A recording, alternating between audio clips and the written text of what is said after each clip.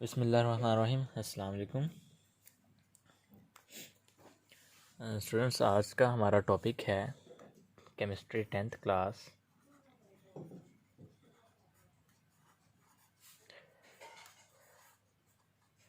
Tenth class की chemistry का जो टॉपिक है हमारा वो है लेयर्स ऑफ एटमॉस्फेयर।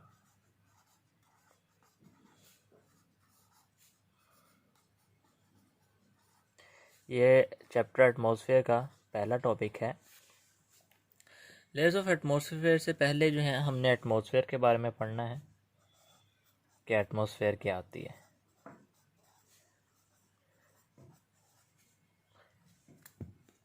एटमॉस्फेयर जो एक्चुअली है वो एक एनवेलप है। एनवेलप कहते हैं गुलाफ को। गुलाफ या फिर कवर जिसको हम कहते हैं अंग्रेज़ी में, कवर कर देना किसी चीज़ के ऊपर, गुलाफ चढ़ा देना, तो वो एटमॉस्फेयर होती है। यहाँ पर हमारे पास एटमॉस्फेयर जो है वो इन्वेलप है ऑफ गैसेस। गैसेस का इन्वेलप है अराउंड द अर्थ्स सरफेस। अर्थ की सरफेस के अराउंड जो गैसेस का जो कवर होता है उसको हम एटमॉस्फेयर कहते हैं। स्फेयर इसलिए कहते हैं क्योंकि अर्थ भी स्फेरिकल होती है। ज़मीन कुछ इस तरह से है, बिल्कुल स्फेरिकल नहीं है, थोड़ा सा चेंज है शेप, लेकिन मोस्टली हम इसको स्फेरिकल कह सकते हैं। ये स्फेयर की फॉर्म में है ये अर्थ, तो इसके गिर्द ये ना गैसेस के कवर होते हैं। फॉर एग्जांपल के इतनी रीजन में हम फर्ज कर लेते हैं जी वो गैसेस की प्रेजेंस है यहाँ पर। तो ये सारी जो रीजन है ना इतनी जिसमें गैसेस हैं, ये गैसेस हमारे ज़मीन को एक तरह से कवर करके रखे हुए हैं, तो इस कवर को हम कहते हैं जी ये हमारे पास एटमॉस्फेयर है। ठीक है, यहाँ का एटमॉस्फेयर है। और एटमॉस्फेयर जो है वो गैसेस, इसकी गैसेस कई तरह की इसमें मौजूद हैं, nitrogen, hydrogen, oxygen, argon, ozone and etcetera. देखिए एटमॉस्फेयर जो है ना वो हमारी ज़मीन की सरफेस से शुरू होता है और ऊपर कई किलोमीटर तक जाता है। Starts from earth surface, starts from earth surface और extend upward without any fixed boundary, without any fixed boundary। देखिए स्टार्ट फ्रॉम अर्थ सरफेस यहाँ से शुरू होते ही इस बात की तो समझ आती है। अपवर्ड एक्सटेंड करता है, ऊपर की जानी बढ़ता रहता है। विदाउट एनी फिक्स्ड बाउंड्री का क्या मतलब हुआ? विदाउट एनी फिक्स्ड बाउंड्री का मतलब ये हुआ कि ये कांस्टेंट या इक्वल अमाउंट में मौजूद नहीं होती हैं। आहिस्ता आहिस्ता इनकी जो क्वांटिटी है वो कम होती रहती है, डेंसिटी कम होती रहती है, और आखिरकार ये ऊपर जाते जाते बिल्कुल लो हो जाती हैं और हमें पता नहीं चलता असल में कि ये कहाँ पर एग्जैक्टली ख़त्म हो रही हैं, क्योंकि ना कहीं इनके मालिक्यूल्स या बहुत कम डेंसिटी में ये मौजूद रहती हैं। लिहाजा हम एग्जैक्टली नहीं कह सकते कि यहाँ पर कहाँ पर ख़त्म होती है, इसलिए हम कहते हैं कि extend upward without any fixed boundary है। ये एटमॉस्फेयर का जनरल तारुफ है। आप इसकी डेफिनेशन लिखेंगे और उसके बाद अब हम बात करेंगे कि इसकी ये मास के हवाले से। असल में मैंने बताया कि ये ज़मीन के करीब ज़्यादा होते हैं, जैसे ज़मीन से दूर जाते रहते हैं ना, इनका जो मास है या इनकी क्वांटिटी है, इसकी डेंसिटी कम होती रहती है। देखिए पहला सवाल तो इंसानी जहन में ये पैदा होता है कि असल में ये ज़मीन के गिर्द गैसेस का कवर है क्यों? देखिए गैसेस जो है ना वो एटम से बनी है, एटम्स, मालिक्यूल्स, वट जो भी हम कहें। तो ज़मीन की एक ग्रेविटी भी होती है, वो ग्रेविटी हर चीज़ को खींचती है, इसी तरह वो गैस को भी खींचती है अपनी तरफ। और हमें ये भी पता है कि जैसे जैसे हम ज़मीन से दूर होते जाएंगे इसकी ग्रेविटी कम होती जाएगी। लिहाजा ज़मीन के करीब सरफेस पे इसके ग्रेविटी का बहुत ज़्यादा असर होता है, वो इसके करीब रहते हैं। जैसे जैसे दूर जाएंगे ग्रेविटी कम होती रहती है, लिहाजा उनका मास कम हो जाता है।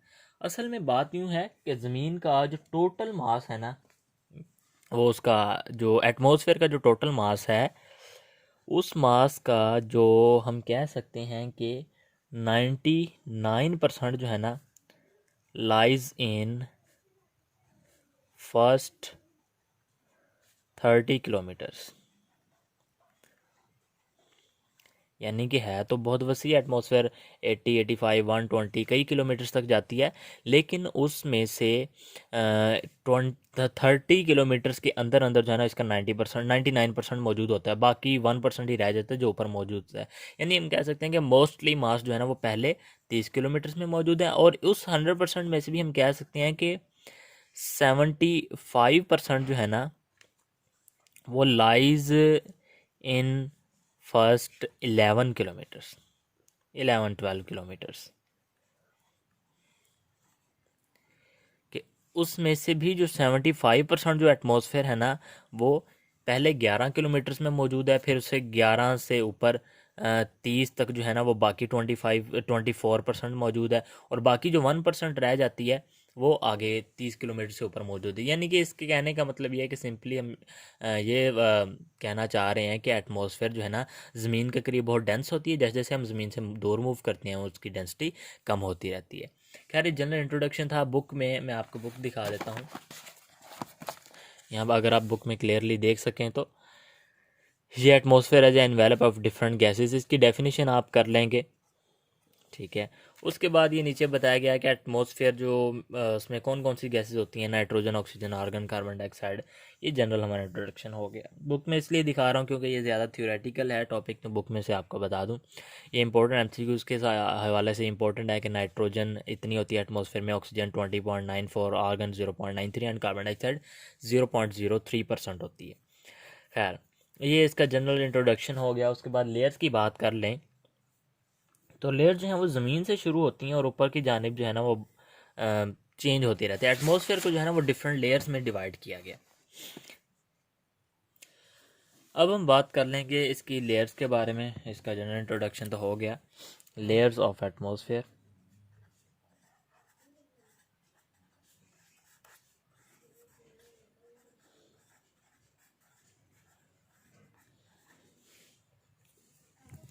लेयर्स के बारे में अगर हम बात करें तो एटमॉस्फेयर में देखें, टोटल एटमॉस्फेयर को जो है ना वो 4 लेयर्स में जो है डिवाइड किया गया है, 4 लेयर्स।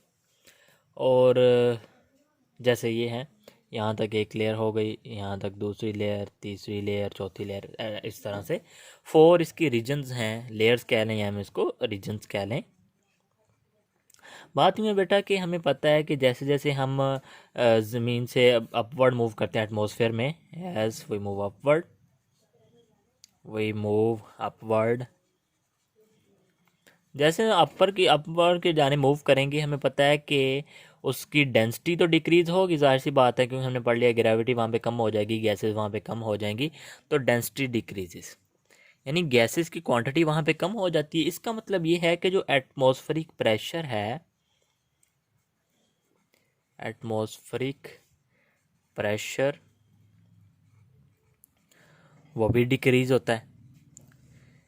यानी कि एटमॉस्फेरिक प्रेशर जो है ना वो ज़मीन की सरफेस से ऊपर की जानिब जो है ना वो रेगुलरली कम होता जाता है। लेकिन जो टेम्परेचर है, temperature does not change in regular way, does not change in regular way. Temperature इस तरह से डिक्रीज नहीं होता, जैसे एटमॉस्फेरिक प्रेशर है ना कि रेगुलरली कम होता होता होता होता बहुत कम हो जाता है, फिर आखिरकार ज़ीरो हो जाता है जब एटमॉस्फेयर से निकल जाते हैं तो।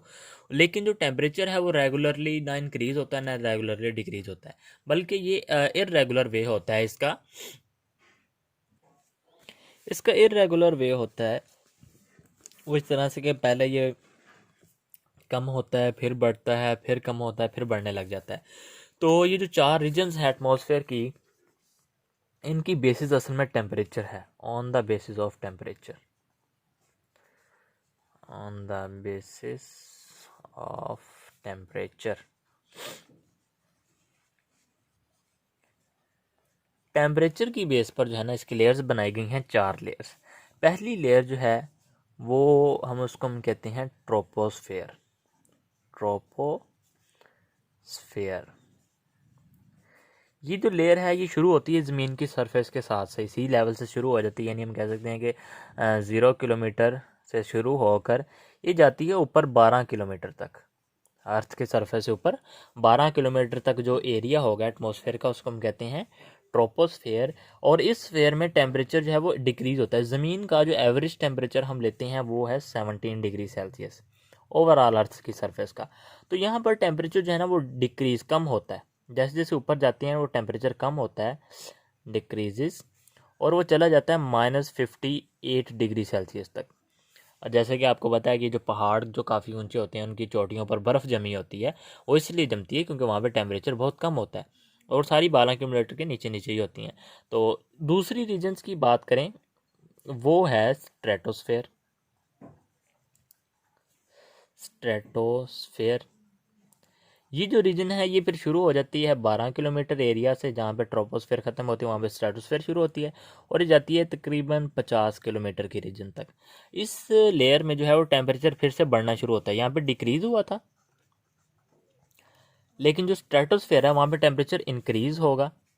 और इंक्रीज़ कहाँ से कहाँ तक होगा, यहाँ पर टेम्परेचर -58 डिग्री सेल्सियस होता है, यहाँ से बढ़ता बढ़ता ये तकरीबन 2 डिग्री सेल्सियस तक चला जाता है। यानी इस टेम्परेचर में टेम्परेचर फिर इंक्रीज़ हुआ। उसमें क्यों डिक्रीज़ हुआ, इसमें क्यों इंक्रीज़ हुआ, ये हम पढ़ेंगे जब हम इनके बारे में डिटेल्स पढ़ेंगे। तीसरी जो लेयर है वो है मीज़ोस्फेयर। मीज़ोस्फेयर जो है वो 50 किलोमीटर से शुरू हो जाती है, यानी जहाँ पर स्ट्रेटोस्फेयर ख़त्म होती है वहाँ मीज़ोस्फेयर शुरू होती है और जाती है तकरीबन 85 किलोमीटर तक। और इसमें टेम्परेचर जो है वो फिर से डिक्रीज़ होना शुरू हो जाता है, फिर से डिक्रीज़ होगा और ये डिक्रीज़ होगा ये -2 नहीं, ये 2 है, 2 डिग्री सेल्सियस से डिक्रीज़ होना शुरू होता है और तकरीबन 95 93, ये आप बुक्स में बेहतर लिखा होता है, आपकी बुक में जो लिखा आप वही करेंगे, तो 93 डिग्री सेल्सियस तक, -93 डिग्री सेल्सियस तक ये डिक्रीज़ होता रहता है टेम्परेचर। इसमें टेम्परेचर फिर कम होता है। ये तीसरी लेयर। मीज़ोस्फेयर के बाद की लेयर की बात करें उसको हम कहते हैं थर्मोस्फेयर। थर्मोस्फेयर जैसे कि आपको इसके नाम से पता चल गया जी, थर्मो मीन हीट होता है। तो ये शुरू हो जाती है जहाँ पर वो लेयर ख़त्म होती है, यानी 85 किलोमीटर से ये शुरू होती हैं और अपवर्ड एक्सटेंड करती है। इसकी कोई फिक्स बाउंड्री नहीं है, लेकिन हम अंदाज़न कहते हैं कि तकरीबन 120 किलोमीटर तक जो है यही लेयर होती है। और इसमें टेम्परेचर जो है वो 93 जो है यहाँ से शुरू होता है और बढ़ता रहता है, गोज़ ऑन इंक्रीज। जैसे जैसे आप ज़मीन से ऊपर जाएंगे तो टेम्परेचर बढ़ता जाता है। खैर इसके बाद एक्सोस्फेयर होती है, लेकिन वो एटमॉस्फेयर में नहीं आती, लिहाजा आप ये 4 लेयर्स ही करेंगे। इसमें टेम्परेचर फिर से इंक्रीज़ होता है।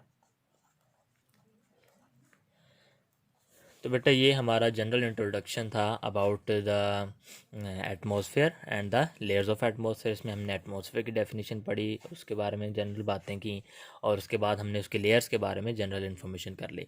ये जो इतना टॉपिक है ये आपका इम्पोर्टेंट है किस हवाले से, एक तो ये शॉर्ट क्वेश्चंस के हवाले से इम्पोर्टेंट है, शॉर्ट क्वेश्चंस, और दूसरा जो है ये एमसीक्यूज़ के हवाले से बहुत इंपॉर्टेंट है कि इसमें से एमसीक्यूज़ आते हैं कि कौन सी लेयर में टेम्परेचर कितना होता है और फिर उसकी रेंज कितनी होती है, कितने किलोमीटर से कितने किलोमीटर्स तक होती है। तो ये जो आपका टॉपिक है इतना ये इम्पोर्टेंट है शॉर्ट क्वेश्चंस और एमसीक्यूज़ के हवाले से। इसमें से डेफिनेशंस आती हैं ट्रोपोस्फेयर, स्ट्रेटोस्फेयर, मीज़ोस्फेयर एंड थर्मोस्फेयर की। और खैर ये इसमें 4-5 एमसीक्यू शॉर्ट क्वेश्चन बनते हैं और एमसीक्यूज़ काफ़ी सारे बन जाते हैं। उसके बाद अगर हम बात करें यहाँ की, तो यहाँ पर आपको एटमॉस्फेयर की डेफिनेशन और इसके बारे में ये जनरल एमसीक्यूज़ आते हैं कि एटमॉस्फेयर टोटल तो जितनी है, देखें टोटल तो हर चीज़ का 100% ही होता है, उसमें से 99% जो एटमॉस्फेयर का मास है यानी जो गैसेस हैं वो पहले 30 किलोमीटर्स में ही मौजूद हैं। अगर हम पहले 30 की बात करें तो उसमें से जो 75% है वो पहले 11 किलोमीटर्स में मौजूद है। यानी कि इसका मैं एक जनरल डायग्राम बना के आपको दिखाने की कोशिश करता हूँ। ये देखिएगा कि अब किस तरह से वो बढ़ती हैं। देखिए यहाँ पे 0 किलोमीटर से बात शुरू होगी, ये समझ लें अर्थ की सरफेस और ऊपर की तरफ हम जा रहे हैं। 0 किलोमीटर से बात शुरू हुई, पहले 11 किलोमीटर फॉर एग्जांपल यहाँ ख़त्म होते हैं।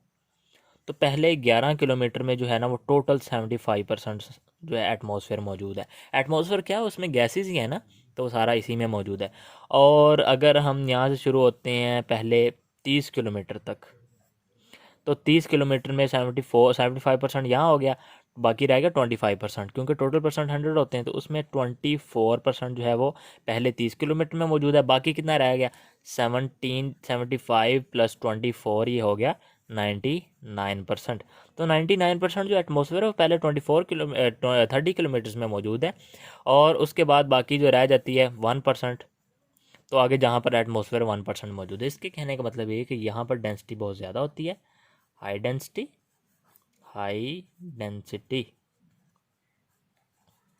और यहाँ पर है वो डेंसिटी लोअर, कम होती है, और यहाँ पर जो डेंसिटी है वो वेरी लो, यानी बहुत कम हो जाती है, जहाँ पर इंसान का रहना मुमकिन नहीं है, क्योंकि सांस, इतनी ऑक्सीजन या इतनी चीज़ें नहीं होती, इतना प्रेशर नहीं होता कि इंसान सांस ले सके। बेटा ये हमारा आज का टॉपिक था एटमॉस्फेयर, उसकी लेयर्स के बारे में जनरल इंट्रोडक्शन। अगला हमारा टॉपिक इंशाल्लाह होगा जिसमें हम ट्रोपोस्फेयर और स्ट्रेटोस्फेयर को एक्सप्लेन करेंगे। बाकी मेसोस्फेयर और थर्मोस्फेयर 10th क्लास की बुक में नहीं है, लिहाजा उसको हम डिस्कस नहीं करेंगे। पहले दो टॉपिक को हम अगली वीडियो में इंशाल्लाह अगले लेक्चर में डिस्कस करेंगे। इसके हवाले से कोई आपका क्वेश्चन हो, कोई बात आपने पूछनी हो, तो आप मुझसे बराह रास्त पूछ सकते हैं, और अगर आपको किसी और चीज़ की समझ ना आई हो तो वो हम रिव्यू कर सकते हैं। अल्लाह हाफिज़।